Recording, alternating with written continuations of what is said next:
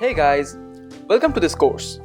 Now let me explain to you why Grasshopper for Rhino is a better choice than Dynamo for Revit for beginners in parametric design.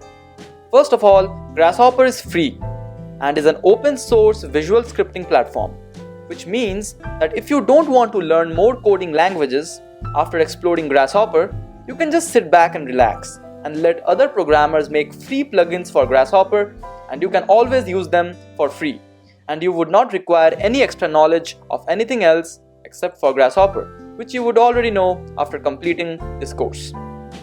Secondly, Rhino and Grasshopper has this free website for downloading plugins known as foodforrhino.com.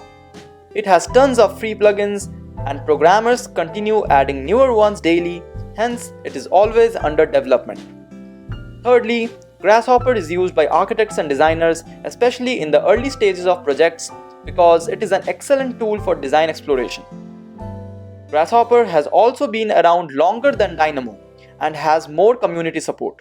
You can always go to grasshopper3d.com and find free scripts for use. You can also post your queries there and get answers almost 90% of the times. Grasshopper is also more user-friendly and easy to use for beginners because of its simple interface. It runs faster than Dynamo and has more plugins as mentioned earlier.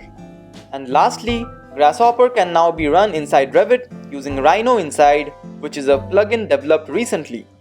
So a lot of Dynamo users are migrating to learning Grasshopper. So in conclusion, you have made a fantastic choice by choosing to learn this parametric software. In the next video, let's begin to understand how this software works.